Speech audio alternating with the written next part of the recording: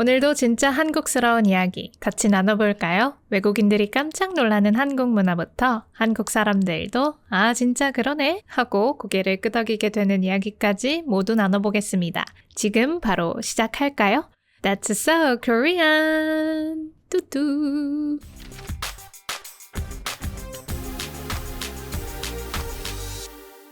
네, 여러분 잘 지내고 계시죠? 저도 잘 지내고 있습니다. 오늘 역시 주제에 대해서 이야기하기 전에 제가 어떻게 지내고 있는지 먼저 이야기해드리겠습니다. 오늘 되게 신기한 전화를 받았습니다. 제가 이 사무실을 역대 최다로 이용하는 크리에이터라고 하더라고요. 제가 가장 출퇴근도 많이 하고 그 촬영 스튜디오도 가장 많이 이용해서 여기 사무실을 홍보하는 홍보 영상에 좀 출연을 해주실 수 있겠냐라는 전화를 오늘 받았는데요. 출근을 많이 하니까 이런 일도 있네요. 되게 신기했습니다. 저희 이제 학교 다니다 보면 개근상이라고 있어요. 결석을 한 번도 하지 않고 매일매일 한결같이 이렇게 출석을 한 학생들한테 주는 상인데요. 개근상. 근데 그걸 마치 지금 받은 듯한 느낌이 들었습니다. 그래서 좀 신기했고요. 요즘 저는요, 한국어 강의 영상을 만들고 있습니다. 제가 이전에 유튜브에서 몇 년 전에 그런 한국어 교육 영상을 많이 올려서 여러분께서 그런 모습을 좀 좋아해 주셨던 것 같아요. 그래서 좀 더 트렌디하고 최신의 강의 영상을 보여드리기 위해서 지난 몇 달간 이 팟캐스트 영상하고 그 강의 영상하고 동시에 만드느라고 많은 일을 했었는데요. 곧 보여드릴 수 있을 것 같습니다. 그래서 여러분 혹시 관심 있으시면 그것도 함께 봐주시면 좋겠고요. 그리고 제가 종종 다른 채널에도 출연하고 있어요. 여러분 혹시 제가 너무 보고 싶으시다면 이 팟캐스트 기다리는 동안 민지 선생님은 도대체 어디서 뭘 하는 거야? 이렇게 궁금하시다면 여기 어딘가에 링크를 달아드릴 테니까 그것도 같이 확인해 주시면 좋겠습니다. 자, 그럼 오늘의 주제 무엇이냐? 외국어 학습법과 한국어를 공부하는 팁입니다. 네, 나중에 제목은 살짝 바꿀 수 있지만 무튼 오늘은 우선 제가 어떻게 영어를 비롯한 외국어를 공부했는지 이야기를 해드리고 한국어를 공부하는 여러분들을 위해서 몇 가지 한국어와 관련된 팁을 이야기해드릴까 합니다. 저는 우선 한국에서 태어나서 한국에서 자랐고요. 영어는 독학했습니다. 그런데 그래도 영어 방송국 중에서 가장 유명한 곳에서 한 1년 반 정도 영어로 여러분들께 한국어 표현을 소개하는 그런 일을 했었습니다. 제가 원래 영어를 한마디도 못했었는데 그렇게 되기까지 보이지 않은 많은 노력이 있었습니다. 네, 그래서 그런 언어 학습 팁도 알려드리고 여러분께 조언도 드릴까 합니다. 사실 저도 처음엔 영어 말하기가 되게 힘들었어요. 문법은 일단 배웠는데 말은 안 나오고 어떻게 말을 해야 할지 잘 모르겠고 문장은 자꾸 입에서 꼬이고 외운 단어가 잘 생각이 안 나고 이랬었는데 정말 솔직히 말하자면 저는 유명한 공부법 중에 하나인 쉐도잉이 있잖아요. 그거는 저한테는 맞지가 않았어요. 따라하기는 하는데 뭔가 앵무새처럼 말하는 느낌이고 특히나 저의 표현 같지가 않아서 저는 더 헷갈리더라고요. 그래서 이런저런 많은 방법을 통해서 저한테 맞는 방법을 찾았고 조금씩 영어로 저의 생각을 표현할 수 있게 되었습니다. 그러니까 제가 오늘 이야기해드리는 팁도 여러분께 맞을 수도 있고 안 맞을 수도 있는데 한번 들어보시고 이거는 좀 시도해 봄직하다라는 것들을 같이 봐주시면 좋을 것 같습니다. 그럼 지금 바로 시작하시죠.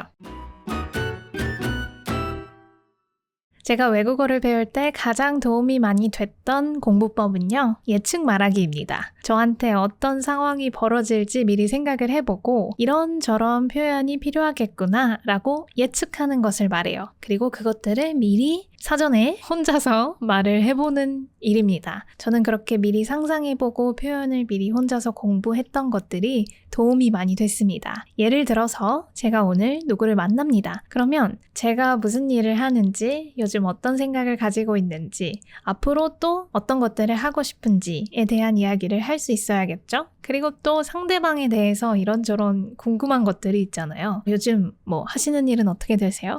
이 문제는 어떻게 생각하세요? 혹시 저번에 하려고 하셨던 그거 뭐 어떻게 되고 있어요? 저는 이런 아이디어를 들었는데 혹시 어떠세요? 라고 이렇게 좀 서로 대화를 해야 되잖아요. 그리고 또 스몰 토크로 뭐 요즘 유행하는 것들 트렌디한 거, 뭐 요즘 뉴스, 서로 알고 있는 지인들의 근황, 뭐 이런 것들을 이야기해야 되는데 그런 모든 상황을 먼저 머릿속에 그려보는 겁니다. 아, 그러면 그 상황에서 내가 이 단어만큼은 꼭 핵심적으로 말해야겠구나 라는 것이 생길 거예요. 그러면 그 단어를 어떻게든 혼자 힘으로 한번 말해보세요. 분명히 많은 지점에서 막힐 겁니다. 여러분이 생각보다 단어를 내가 모르는구나 라는 거를 깨달으실 수도 있고 나는 의외로 이런 부분은 되게 잘 말하는데? 라고 생각이 드실 수도 있고 자기의 실력을 실시간으로 파악을 할 수가 있게 되더라고요. 그런 다음에 그 막히는 지점을 사전을 찾아보면 면서 공부하고 다시 그 실제 상황이 마치 벌어진 것처럼 연습을 하는 겁니다. 그리고 나서 정말 실전에 가서 진짜 그 사람을 만나서 현실에서 대화를 할 때 만약에 우리가 연습한 게 나왔다. 그런 비슷한 맥락이다. 그런 상황이다. 그러면 적재적소에 저희가 준비한 표현, 단어 이런 것들을 활용을 하는 거죠. 저는 이 방법이 좋았던 게 뭐냐면 그냥 단어를 무작정 외우는 것보다 나중에 봤을 때 훨씬 더 기억에 많이 남았어요. 저희가 왜 한번 실수한 단어는 잘 안 잊어버린다고 하잖아요. 그거랑 좀 비슷한 것 같은 게 그 단어와 상황과 상대방의 반응이 이렇게 한꺼번에 연결돼서 머릿속에 남는 느낌이에요. 그래서 다음번에 또 비슷한 맥락의 말을 해야 될 때 저는 그 단어가 잘 떠오르더라고요. 저는 사실 단어를 이렇게 써가면서 외우는 게 너무 지루했기 때문에 계속 이 말을 나는 언제 쓸까? 누구한테 말을 할 수 있을까? 관련해서 어떤 이야기를 할 수 있을까? 라고 생각을 했던 게 도움이 많이 됐습니다. 아직도 기억나는 게 제가 정말 별의별 단어를 영어로 외웠었는데요. 그 단어장에 연석이라고 적혀 있는 거예요. 근데 한국어로도 연석이라는 말을 잘 안 쓰는데 연석은 그 인도와 차도 사이에 이렇게 구분하게 하는 그런 돌이죠. 아무튼 한국어로도 그런 단어를 잘 안 쓰는데 이거를 굳이 영어로까지 외워야 되나? 라는 생각을 했었거든요. 근데 그렇게 생각하기 시작하면 단어를 잘 못 외우는 것 같아요. 저의 경우는. 그런데 이제 어떤 차가 연석에 올라가서 사고가 날 뻔했다. 이런 일이 떠오르니까 그때부터는 이 단어를 좀 쉽게 외울 수 있겠더라고요. 그래서 친구한테 이 단어에 대해서 이 에피소드를 내가 설명해야지. 나는 꼭 이 얘기를 들려줘야지. 라고 미리미리 예측하고 준비하는 것들이 저는 도움이 많이 됐습니다. 그래서 여러분께서도 만약에 단어를 외우시는데 조금 어려움이 있다면 한번 이렇게 문장으로, 에피소드로, 대화로 준비를 해보시면 좋지 않을까라는 생각이 듭니다. 두 번째는 외국어로 말할 수밖에 없는 환경을 강제적으로 만드는 것입니다. 외국어에 노출되는 환경을 계속 만드는 게 중요한 것 같아요. 저는 외국에 살았던 것도 아니고 그때 당시에 외국인 친구가 많았던 것도 아니었기 때문에 그냥 혼자서 상상 친구와 대화한다고 생각했어요. 그래서 예를 들어서 지금 우리는 리얼리티 쇼에 출연을 했고 친구와 저는 되게 자연스럽게 대화를 해야 되는 거죠. 그러면 한국인 친구한테 얘기하듯이 오늘 있었던 되게 황당한 일을 막 얘기를 하는 거예요. 아니 있잖아 내가 도서관에 갔는데 글쎄 뭐 누가 핸드폰을 진동으로 안 바꿔놓고 벨소리를 크게 한 거야. 근데 그 벨소리가 꽥꽥 이런 오리 소리인 거야. 근데 아무도 그 사람을 안 말리는 거야. 이런 식으로 아무 말이나 한번 해봅니다. 그러면 이게 처음엔 되게 엉터리인데요. 좀 실제로 누구한테 말한다는 생각이 들면 표현이나 억양도 좀 자연스럽게 조정을 할 수 있게 되고 틀려도 잘 어떻게 다시 만회해서 넘어가더라고요. 그리고 이렇게 연습하다 보면 그거를 듣는 친구의 리액션도 좀 연습을 하게 됩니다. 한국어로 치면 진짜? 에?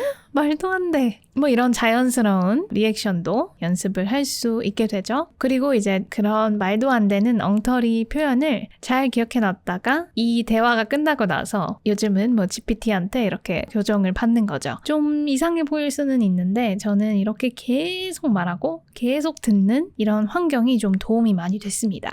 네, 이거는 말할 수밖에 없는 환경이었고요. 들을 수밖에 없는 환경도 계속 구축을 해놨었는데요. 저는 잘 때 영어 뉴스 이해하지 못해도 계속 들었고요. 한국에서 일어난 일을 다시 해외 뉴스에서 찾아서 보고 모든 걸 다 영어로 하려고 애썼어요. 근데 이게 정말 도움이 많이 되더라고요. 그래서 여러분께서도 자연스러운 어떤 한국어 노출 환경이 필요하시다면 저의 팟캐스트를 계속해서 틀어놔 주시길 바라겠습니다. 네.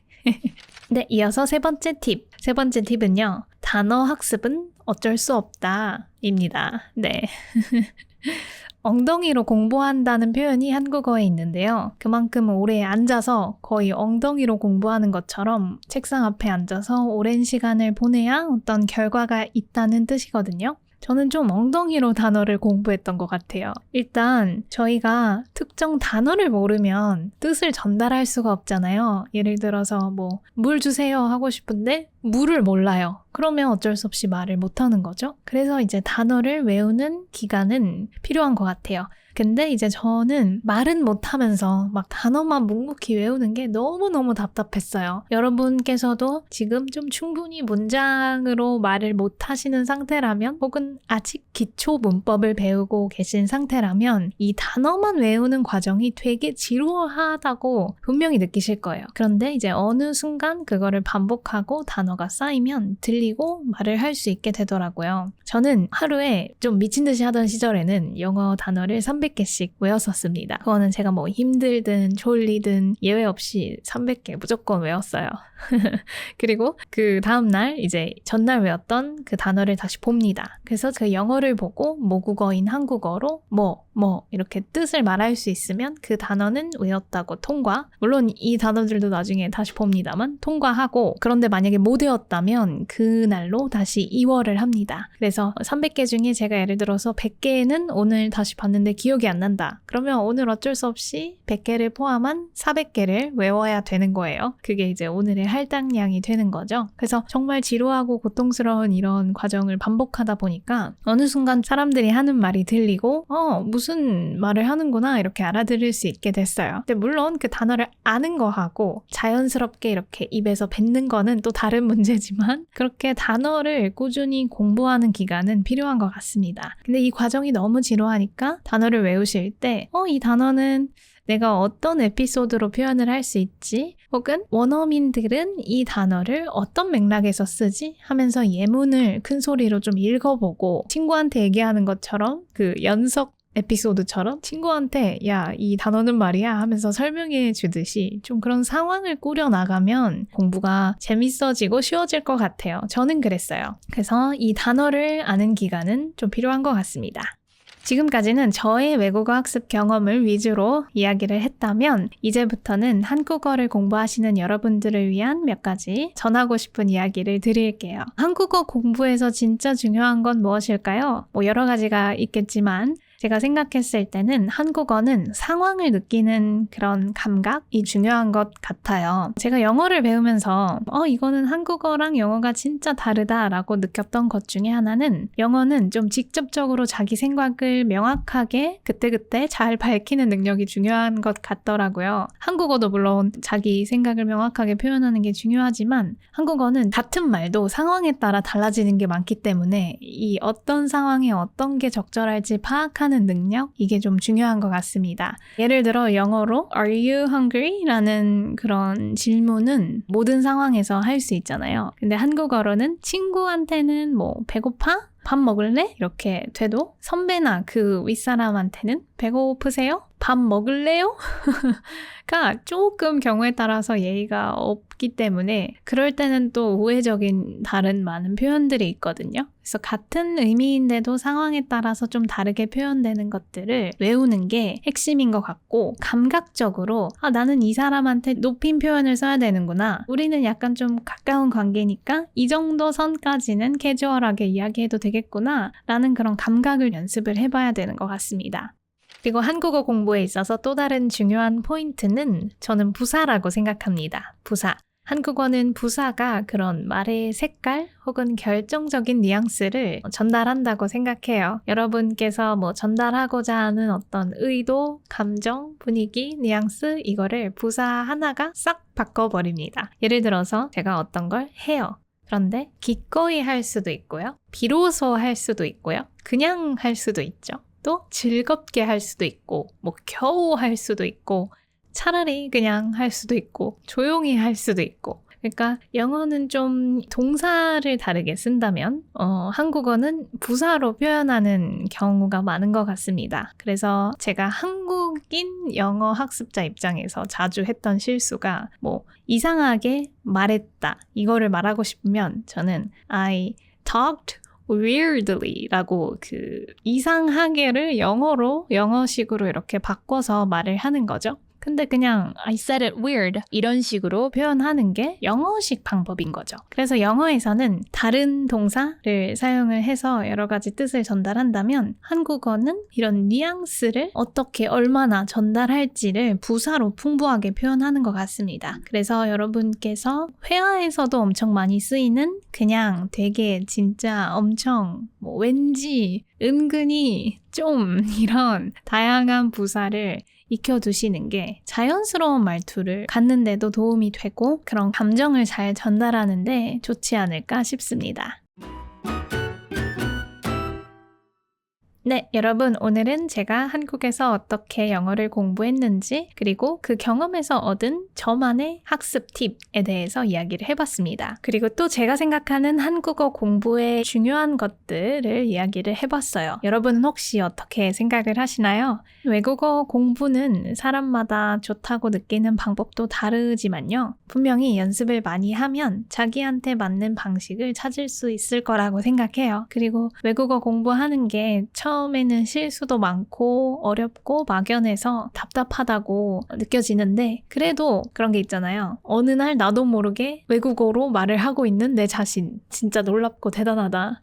이런 걸 느낄 때 저는 또 동기부여가 되더라고요. 그래서 여러분도 각자 한국어를 공부하시는 이유는 좀 다르겠지만 어느 날 이렇게 원하는 목표를 이루실 수 있었으면 좋겠습니다. 그리고 여러분 현재 지금 한국어 공부 어떻게 하고 계시는지 댓글로 알려주시면 저도 읽어보고 또 거기에 대해서 생각 나누고 그럴 수 있을 것 같아요. 그럼 저는 또 다음 시간에 재미있는 에피소드로 찾아오도록 하겠습니다. 그럼 안녕!